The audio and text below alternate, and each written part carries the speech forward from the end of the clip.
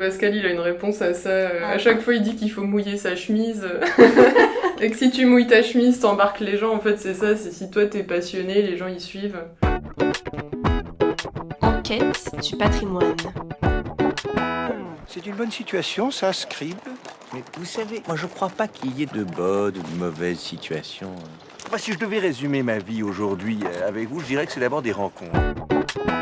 Bonjour et bienvenue dans ce nouvel épisode de notre podcast Enquête du patrimoine qui vous est proposé par l'association rubricaine Historbraze. Il s'agit du podcast qui met en lumière celles et ceux qui font vivre et valorisent le patrimoine et le matrimoine en Bretagne. Je suis Betsabé Levin et je vous emmène aujourd'hui au cœur du musée de Bretagne à Rennes en Ille-et-Vilaine pour découvrir le métier de médiateur et médiatrice culturelle. Alors cet épisode est un peu particulier car il a été réalisé dans le cadre d'un stage qui m'a permis de suivre différentes visites guidées de Laura Bourdet et Clémence Troussier, médiatrice au musée de Bretagne, afin de mieux comprendre les enjeux et les réalités de leur métier. Bonjour Clémence et Laura. Est-ce que vous pouvez commencer par vous présenter en quelques mots ? Donc Laura Bourdet, je suis médiatrice culturelle au musée de Bretagne depuis 4 ans. Clémence Troussier, médiatrice culturelle au musée de Bretagne depuis 3 ans et demi bientôt, sachant que j'ai une particularité où moi je suis mutualisée avec également la direction des champs libres. Donc, ça veut dire que j'accompagne les expositions autant du musée de Bretagne que celles situées dans la salle Anita Conti au champ libre. Et vous êtes combien à faire ça, être mutualisée entre les champs libres et le musée de Bretagne ? Moi je suis la seule permanente et sinon on a une équipe de contractuels que l'on nomme des guides animateurs qui ont en fait des contrats réduits qui ont vocation en fait à faire du terrain pur et eux sont mutualisés aussi, c'est-à-dire qu'ils font de la médiation autant auprès du musée de Bretagne que de la direction. Mais je suis la seule permanente. Est-ce que vous pouvez me parler un peu de votre parcours, comment vous êtes arrivé ici, qu'est-ce que vous avez fait avant ? Donc pour moi, j'ai commencé mes études à rien à voir. J'ai fait un DUT technique de commercialisation que j'ai pas spécialement aimé. Et du coup après j'ai fait une licence d'histoire de l'art durant laquelle j'ai rencontré le métier du coup de médiateur culturel, forcément en fréquentant des musées et des structures culturelles. Ensuite je suis partie en fac de droit pensant vouloir être commissaire-priseur, mais finalement non. J'avais envie d'avoir du lien avec les personnes. Et ensuite, j'ai fait un master d'histoire de l'art, mais spécialisé en art actuel, en art contemporain à Rennes 2. Et à la fin de mon master, il a fallu faire un stage professionnel. Donc, je suis allée à la direction de la culture à Rennes. Et pendant mon stage, j'ai rencontré notamment Hélène Audrin. Et du coup, avec qui on a pu discuter de son approche de la médiation, etc. Ce qui m'a pas mal stimulée. Quand j'ai vu l'offre, j'ai candidaté et j'ai été prise. Moi, j'ai un parcours en histoire de l'art à l'école du Louvre, où j'ai fait le premier cycle. Après, je suis partie à Avignon dans un master qui s'appelait Sociologie des publics et de la culture, donc plutôt en infocom et sociologie des publics. Et à l'issue de ce master, j'ai fait mon stage au Champ Libre, mais plutôt à la direction sur l'organisation d'un festival littéraire. Et après d'autres petites expériences et en médiation et en gestion de projet, je suis revenue au musée de Bretagne en ayant eu le concours d'assistant de conservation, où il y avait un poste de titulaire en fait. Ce qui m'a fait retourner et dans les musées et dans la médiation, et c'est plutôt bien tombé, même si je pensais pas forcément arriver là. C'était une redécouverte et c'était chouette. Comment vous décrivez-vous votre métier de médiatrice culturelle ? Ça, c'est toujours un grand sujet parce qu'il y a 1001 définitions quand même de la médiation culturelle avec aucun consensus. En tout cas, pour moi, la médiation culturelle, dans un premier temps, elle a distingué de la visite, du métier de guide conférencier. En médiation culturelle, en tout cas, l'objectif moi, que je donne derrière ce métier, c'est de créer du lien entre un objet culturel, aussi varié, le spectre étant aussi large, et des personnes. Et finalement, la diffusion du contenu, elle reste importante, mais elle n'est que prétexte en fait à la création du lien avec les personnes pour qu'ils s'approprient justement ces objets culturels qu'ils voient.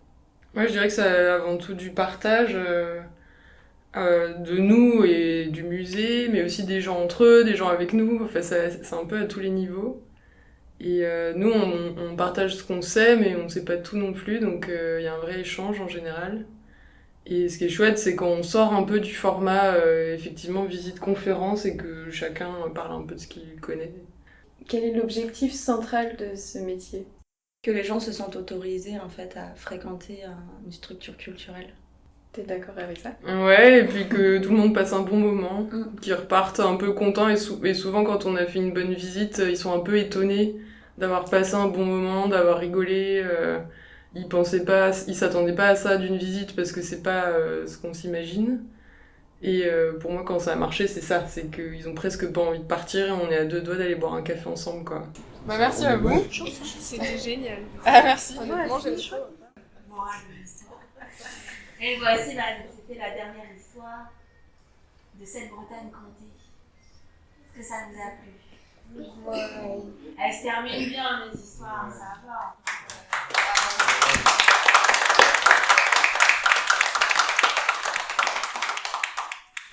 Et vous allez toucher quoi comme type de public ? Bah, tous, hein. Ça va quand même on va dire, du 3 ans à de l'aîné, en passant avec des personnes qui viennent d'arriver sur le territoire français, en passant aussi par des personnes en réinsertion professionnelle, en situation de handicap. Ça, c'est la chance et la force de travailler au champ libre de manière générale, c'est qu'on embrasse une variété de publics extrêmement large. Alors dire tous les publics, c'est peut-être un peu fort, mais en tout cas, on a une belle représentativité au champ libre. Tout à gauche, c'est quoi comme animal? Avec une longue trompe. Un éléphant, mais là c'est un éléphant qui vivait il y a très très longtemps, quand il faisait très froid. C'est un mammouth. C'est encore plus gros qu'un éléphant, il avait des gros poils. Est-ce qu'à votre avis, le mammouth, c'est le roi de la forêt? Et il y a quoi d'autre comme animal? Un taureau. Est-ce que le taureau pourrait être le roi de la forêt? Vous allez travailler différemment avec ces publics ? Dans l'idéal, oui, on a une proposition adaptée pour chaque type de public, pour qu'ils s'y retrouvent, pour que ça corresponde à leur attente. Après, dans ces catégories de public, c'est très variable aussi, donc on peut pas systématiser, il faut toujours s'adapter. Mais l'idée, c'est d'avoir des formats qui correspondent et à leur niveau d'attention, et à leurs attentes, et à leurs connaissances. Donc on a des formules qu'on adapte. Et vous avez des préférences personnelles par rapport à ça ? Est-ce qu'il y a des choses que vous préférez faire que d'autres ? C'est marrant parce que depuis septembre, là, il y a plusieurs personnes qui viennent d'arriver au musée et on m'a posé plusieurs fois la question. Et du coup, j'ai toujours la même réponse. Cet été, j'avais tendance à dire que j'aimais bien les adolescents. Je sais pas pourquoi, parce que j'ai eu pas mal d'adolescents. Et puis à la rentrée, on a repris les groupes scolaires. Du coup, ça a été le retour, par exemple, des maternelles. Et du coup, après, j'étais sur les maternelles. Donc en fait, non. J'ai pas vraiment de public préféré.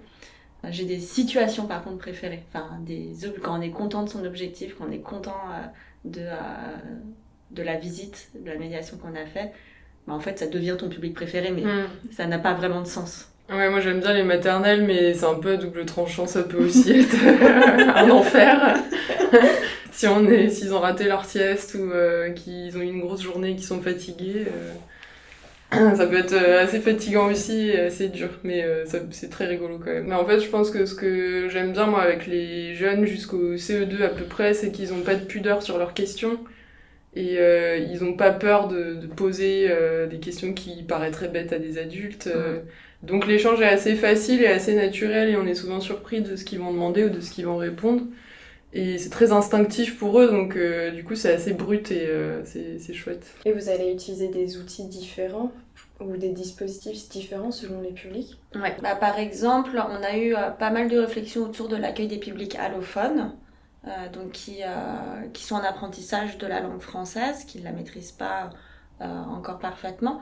Et dans ces cas-là, on a réfléchi en fait à axer la découverte du musée de Bretagne et de l'échange en passant par les sens, en passant par des choses en fait assez universelles.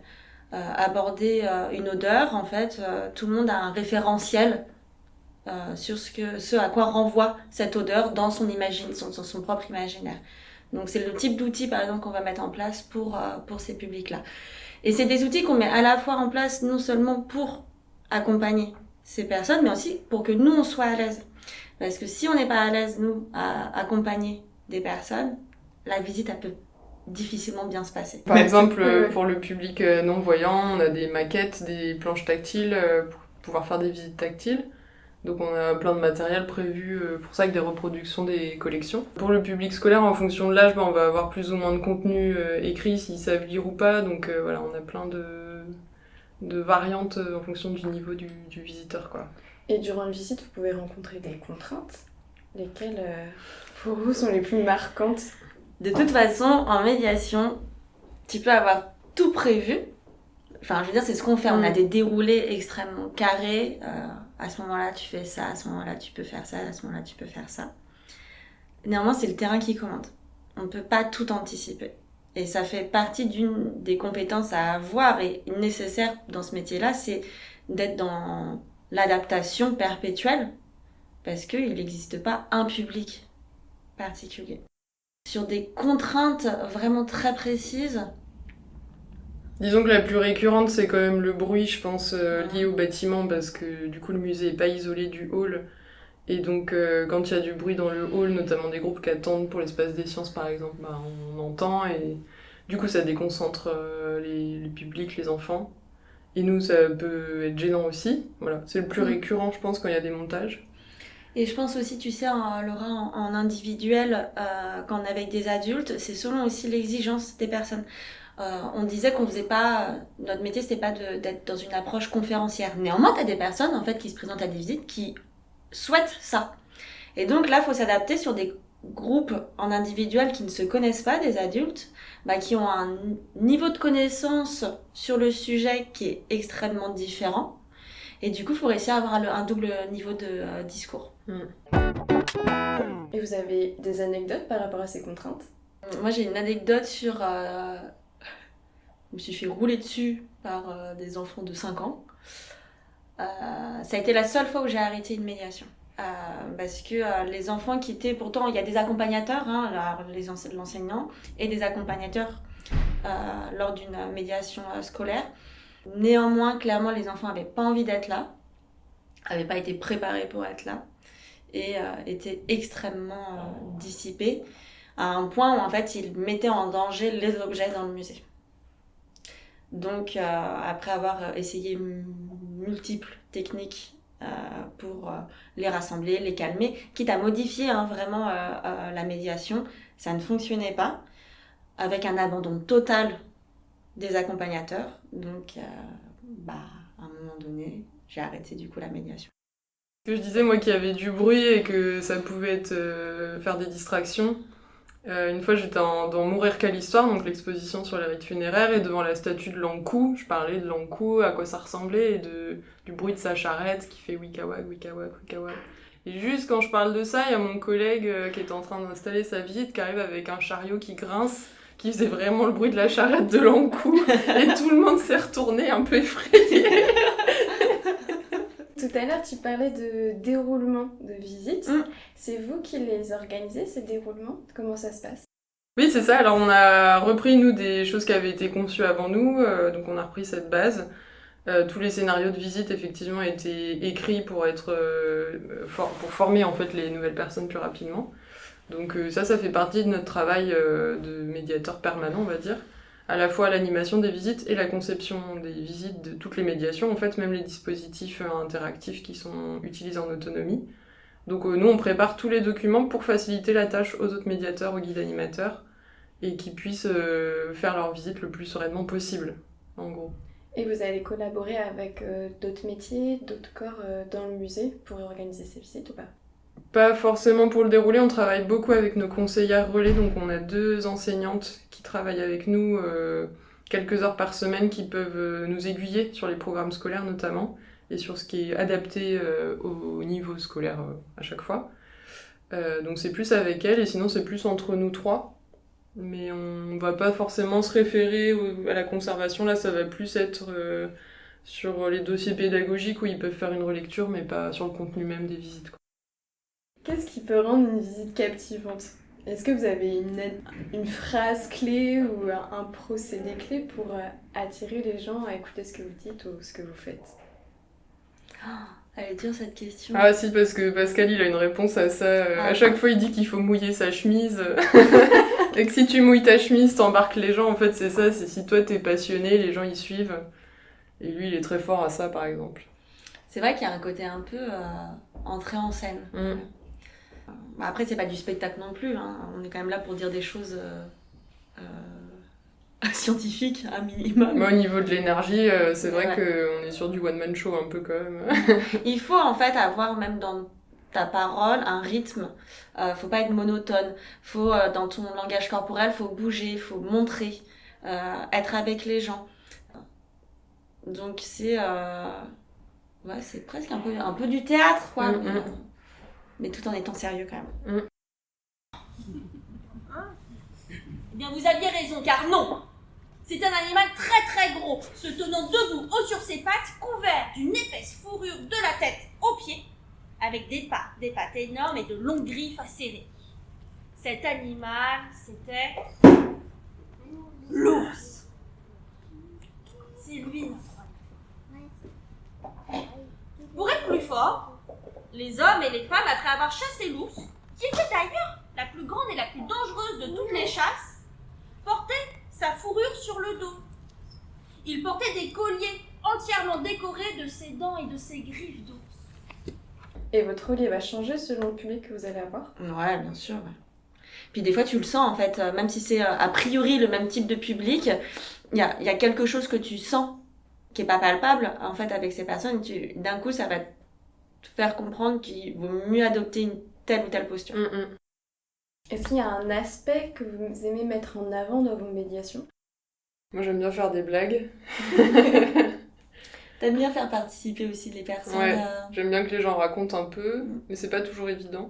Et pour rajouter une petite blague, vous savez, on dit que du coup, ils rajoutent de la dentelle parce que ça coûte moins cher, et c'est vrai qu'on dit souvent que les bigoudins sont un peu radins. Je sais pas si vous avez déjà entendu ça. Vous êtes pas bigoudin, non? Non. Ça va. Et donc c'est un bigoudin et un léonard. Les léonards, c'est ceux qui sont du Nord Finistère. Et on dit qu'ils sont radins et voleurs en général. Oui. C'est vrai? Ouais, j'ai dit ça. Donc c'est un bigoudin et un léonard qui sont à la messe et ils font le concours de celui qui donne le moins pour la quête.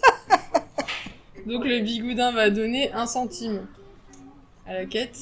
Et le léonard qui est derrière, il est un peu coincé quoi. Donc il va dire à la dame, il a donné pour moi. Avec 1 centime. Parce qu'on dit que les bigoudins, ils jettent l'argent par les fenêtres, mais de l'extérieur vers l'intérieur. Voilà, moi c'est des petites blagues, mais finalement c'est un territoire très pauvre, hein, donc on est sur de l'économie au maximum pour optimiser, on va dire, toutes les productions et les richesses du pays. Mais on le retrouve finalement dans le vêtement et dans l'économie locale. Sinon, on part toujours de l'objet, donc c'est vrai que de là on découle beaucoup sur l'histoire normalement.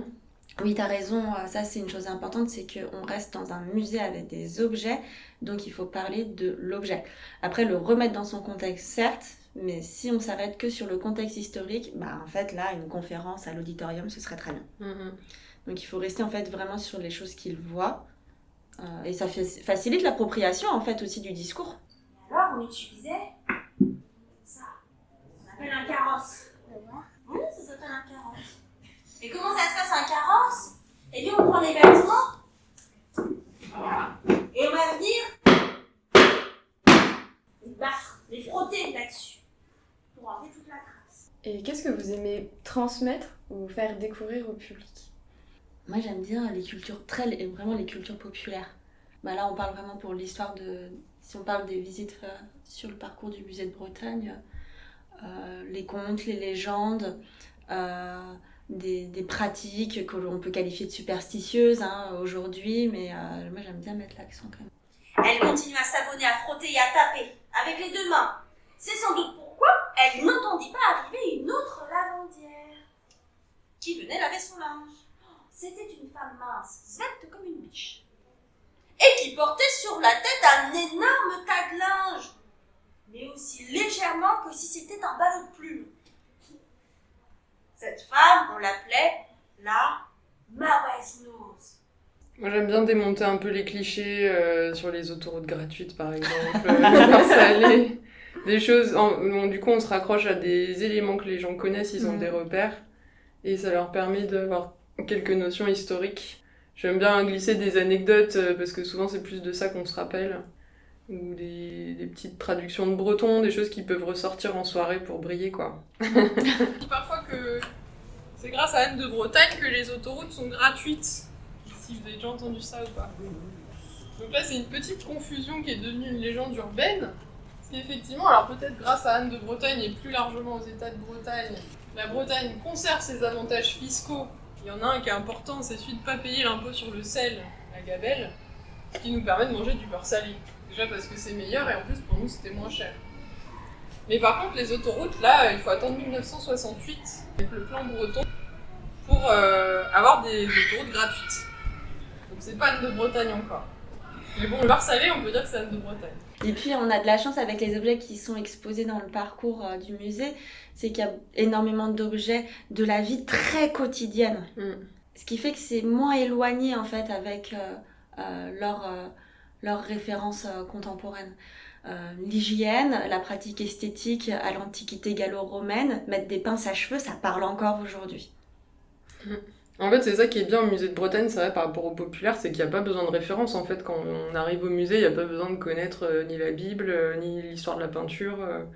Donc même quand on connaît rien, on peut découvrir, en tout cas en visite, ce que c'est l'histoire de la Bretagne, et ça marche, même en n'étant pas breton, les gens raccrochent toujours à des choses qu'ils connaissent eux. Et du coup, c'est assez facile de créer du lien.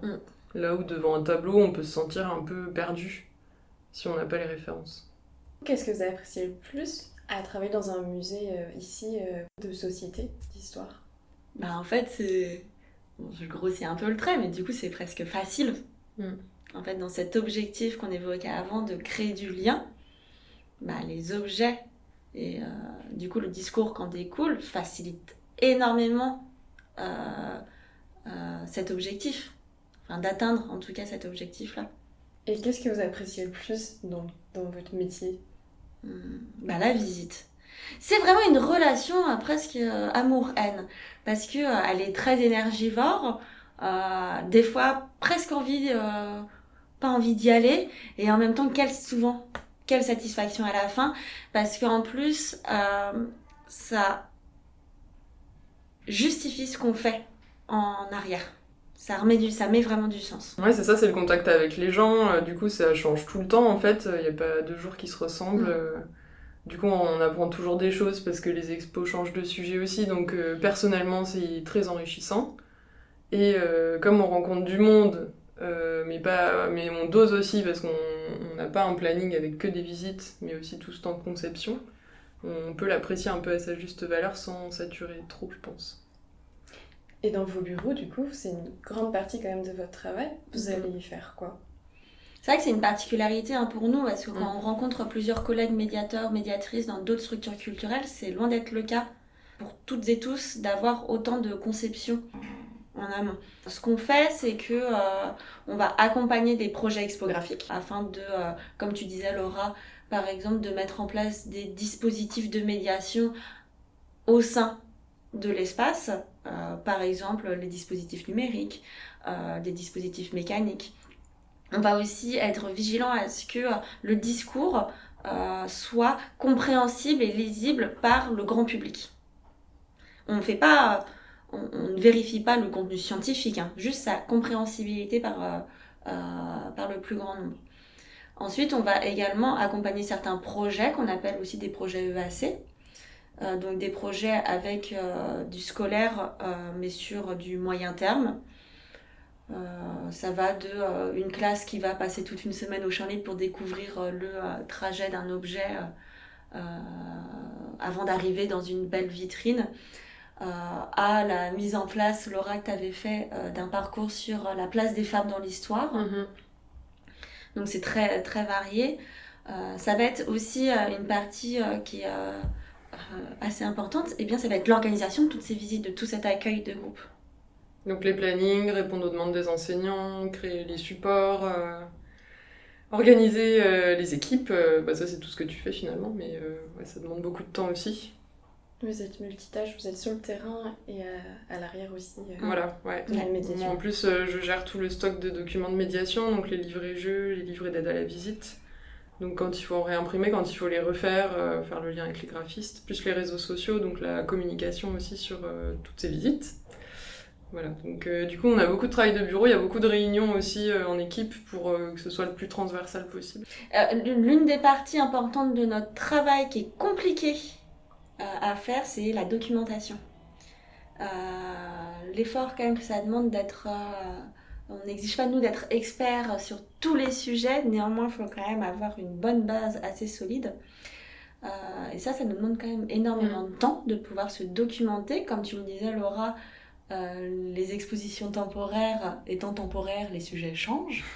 Donc il faut se documenter sur ces sujets et il faut se sentir à l'aise avec eux. Et avant d'improviser quoi que ce soit, il faut bien connaître son texte. Donc faut être à l'aise avec ce contenu et ça fait partie quand même du travail, une grosse partie du travail à devoir faire. Ouais, d'être multitâche, passer d'une réunion sur une expo à aller en visite après avec des CM2 sur un sujet complètement différent. C'est la richesse et la difficulté un peu de nos missions là. Quand tu parles de documentation, quand l'exposition elle est conçue, il n'y a pas une documentation qui est réalisée qu'on peut vous donner? C'est nous qui le faisons. Ouais. On fait un dossier documentaire sur l'expo. Après, les commissaires d'expo peuvent nous donner des sources et éventuellement des documents, mais c'est nous qui faisons la synthèse pour faciliter le travail aux autres. Et après, on a des formations par les commissaires d'exposition, mais c'est la veille de l'ouverture de l'expo, donc c'est un peu juste. Mais le fait de suivre du coup le projet expographique, ça aide à, en tout cas, s'immerger dans le sujet pour le médiateur ou la médiatrice qui suit cette exposition et du coup de faciliter un peu la documentation derrière.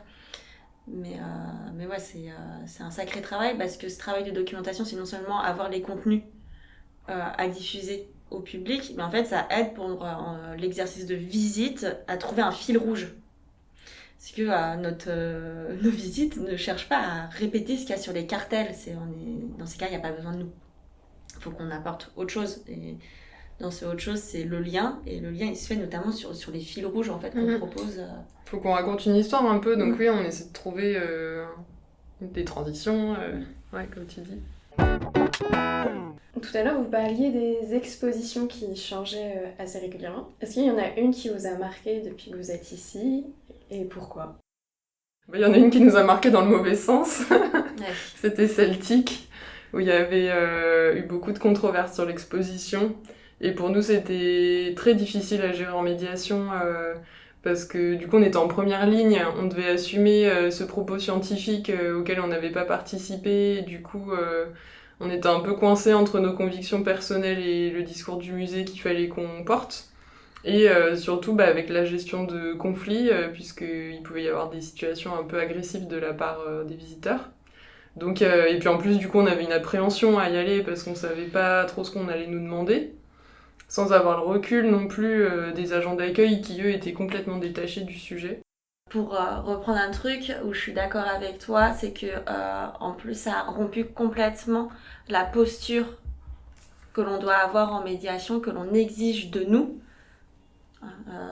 C'est-à-dire que, en tout cas pour moi, je me présentais aux visites en y allant avec plaisir, mais un peu sur la défensive. Ouais, c'est ça. Ce qui est absolument terrible en termes d'approche des publics.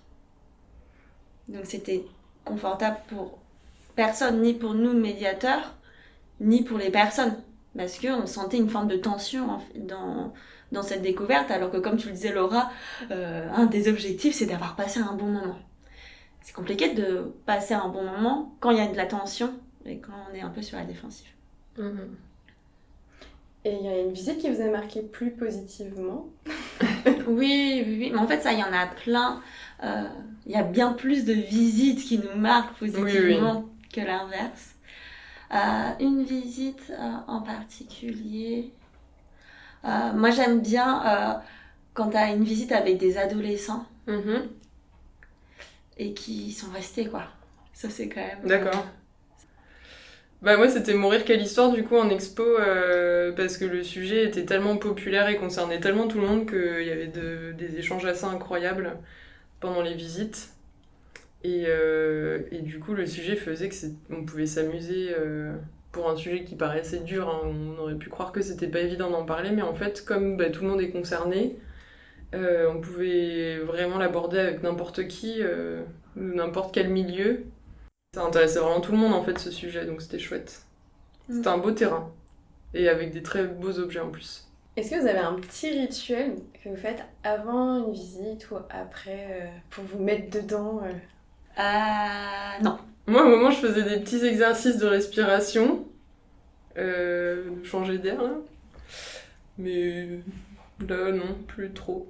J'aime bien prendre un petit goûter après, moi. Alors par contre, c'est important juste d'avoir, sans avoir un quelconque rituel, mais au moins 10-15 minutes avant ta visite, un peu tranquille. Pour te plonger dans ce qui va venir. Et aussi d'avoir un petit sas après. Ça, c'est dur quand t'as fini ta visite le retour à la réalité, des fois, est assez violent. Et pour terminer, est-ce que vous avez une anecdote un peu folle ou qui vous tient à cœur sur votre métier? Est-ce que vous avez vécu ici depuis le début? Ça peut être dans les bureaux, ailleurs. Moi, j'en ai une dans le métier de médiation, mais pas au musée de Bretagne.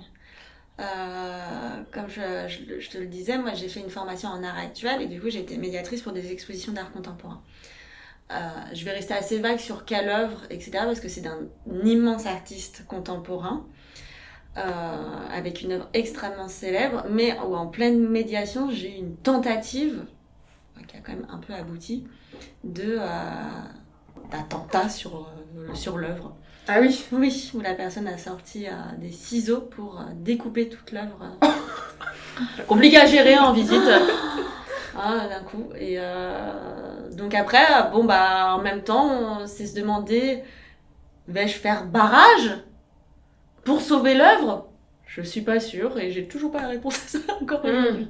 Alors récemment, j'ai travaillé avec la prison des femmes pour leur présenter l'exposition Mourir quelle histoire, parce qu'on intervient aussi en prison. Et dans les détenus, il y en avait une qui était agent funéraire, du coup, qui s'intéressait beaucoup au sujet. Donc je lui ai présenté d'avoir l'exposition là-bas, et puis elle est venue après, et c'est elle qui a fait une partie de la visite. Et à la fin, elle nous a confié que elle était très contente d'avoir vu cette exposition, et que ça l'a confortée dans son choix de garder ce métier, sachant qu'elle était en fin de peine, donc on était en plein moment où justement elle pouvait se poser la question de comment elle allait se réinsérer. Et je trouve que ce type de retour, ça donne du sens à notre métier. C'est chouette, c'est valorisant pour le visiteur aussi, pas juste pour nous. Et c'est un bon exemple du pouvoir qu'on peut avoir en médiation et de la culture, de l'utilité de la culture, on va dire. Et puis on a des fidèles, moi j'adore. Oui, ouais. On a des personnes qu'on retrouve sur des visites du week-end et le week-end qui suit, ils reviennent.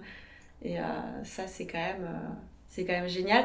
Et moi, ce que j'aime beaucoup dans les visites, c'est presque parfois lorsque la visite m'échappe, où les personnes commencent à se raconter entre elles des choses et où je m'efface dans cet objectif de création de lien pour finalement être dans du contenu, rajouter juste des éléments de contenu.